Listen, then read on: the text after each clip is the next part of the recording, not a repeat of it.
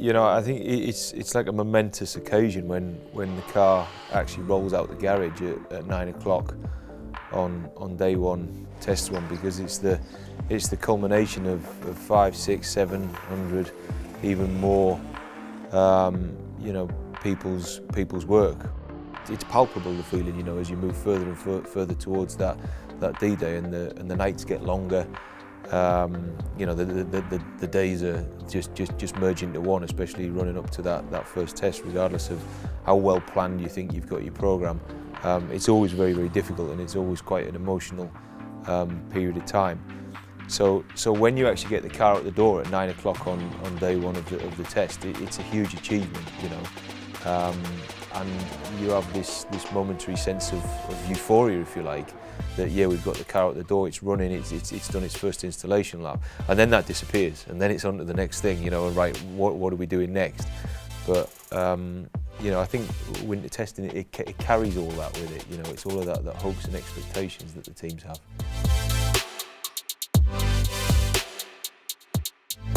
Pretty much all of day one, to be honest, will be a systems check. So you get to the end of day one morning, you say, yeah, great, the car runs, you know, and now you perhaps then move it up a gear and get on to other things. Once you've got the car up to speed, you want to sweep through the whole operating envelope of the car and make sure that the car is matching the simulation results, be that from your wind tunnel or be that from CFD. And then you'll have a series of test items that perhaps you're introducing, which is new for that particular year. That there's such a lot of data to collect, and the only way to collect that nowadays, in reality, is during the winter test.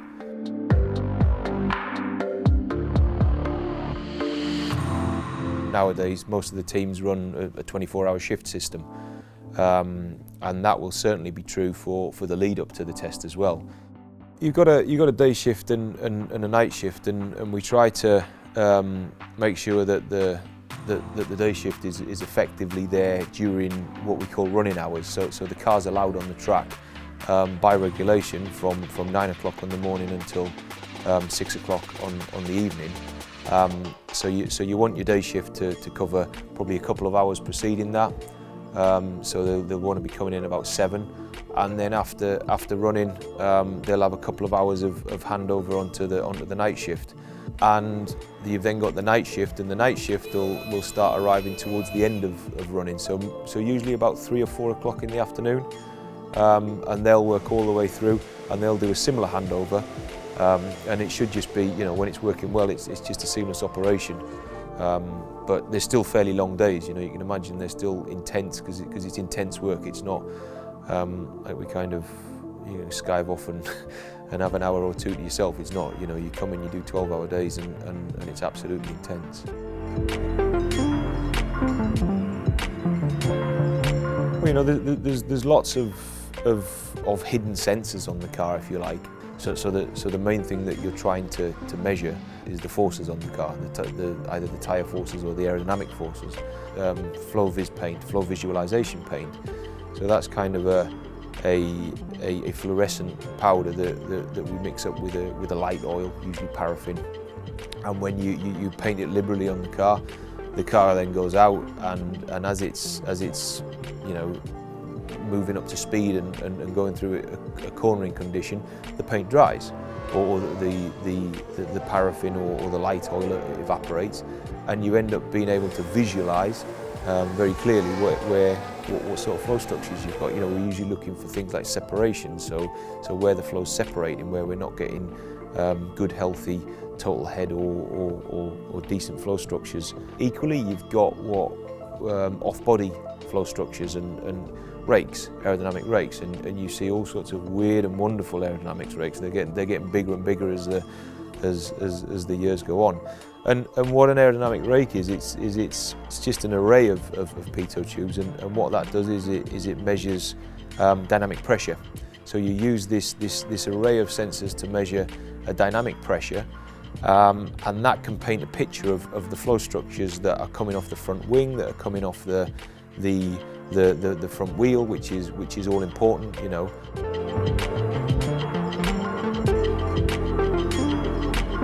So I mean, if you take from the moment the car goes off, we usually will know about it almost instantaneously because we've got real-time telemetry.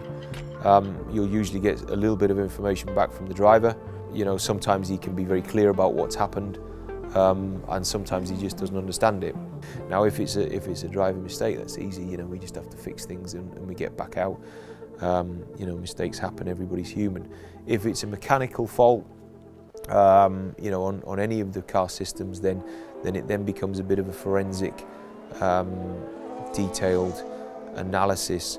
You know, certainly the ramifications of damage can go on. You know, I've had situations in winter testing where the car's come back with one corner on and a broken chassis. Chassis usually, you know, a lot of the teams will have one chassis for winter testing. Some may have a second chassis and be able to rely on that, but breaking a chassis is usually a massive problem. If it's a structural and therefore safety problem, then that can just halt winter testing for until you can do something about it and usually get the chassis repaired rather than get a new chassis. You know, but you're going to have situations where you might have only one front wing, for example, and if you break that front wing, then you're not going to go back out until you've repaired it, and that can sometimes take the good part of 24 hours. There may be another route of getting parts to the circuit from the factory, and that usually involves private planes and all that type of expense to get them out to the local airport, wherever you are, and get them on the car at the earliest possible situation. But all of it always disrupts. You know, it causes a lot of disruption within the team, because don't forget, the team back at the factory, they're not just concentrating on what's going on in winter testing. Usually they're working flat out to get everything ready for Australia.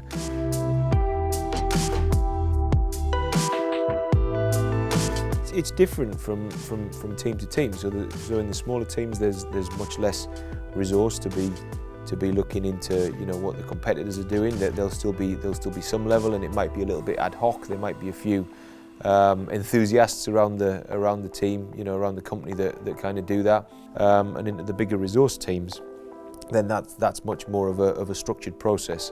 You know, and certainly there's teams that dedicate a lot of resource and almost departments to doing that. You know, we talked about flow visualization before, and you know that's a dream for other teams to try and get that bits of information about a competitor.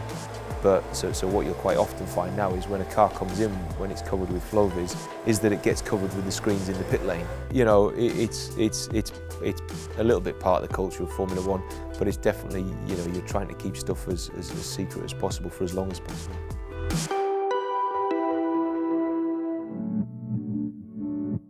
You know, I think there's always a little bit of internal pressure to get the car down on low fuel in the softest possible tyres and post a time that looks great. You know, and from an engineering point of view, or as senior engineers within the team, they've got to balance those requirements of collecting useful data and going and doing stuff that perhaps, you know, looks good and perhaps makes your rivals think for a moment or two whether or not you've got something better than what they were perhaps thinking. It's a compromise. It's you know, you've got to offset one thing against the other. Personally, I was never particularly bothered about going fast in winter testing. I think it's the main point where you want to go fast for all the engineers is in Australia.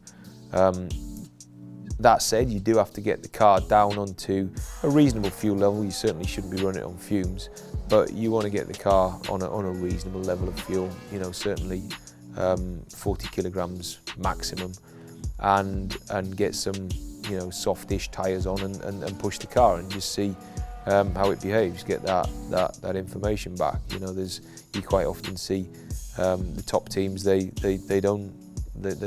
run around all week on 50 kilos and they'll never get the car below that. And I think that, you know, there's absolutely merit and validity in doing that, because all they're doing is just collecting as much data as they can, and then they know that they're going to have, you know, that all that data that they collect is going to put them in a much more favourable position by the time they get to Australia.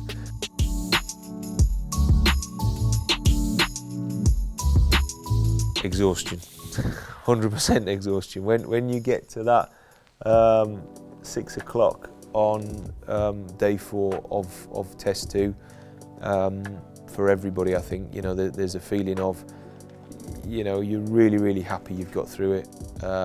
You've hopefully done, you know, a good job, and you've got all the data that you need. But for a day or 2 afterwards, it's just utter exhaustion because of the hours that you've worked and the amount of emotional stress that has gone through those whole two weeks and everything that we talked about before, all of that build up to it as well. And it's kind of a milestone, you know. You're done. There's no more days. You know, it's not like the old days when you could go and do testing somewhere else. That's it. It's fixed. It's finished. And the next time the car is going to run is in practice 1 in Australia. You know, where there's going to be perhaps less. There's going to be a bit more truth that comes out of it, and people are going to be much more inclined to run in their cars in terms of getting the maximum performance.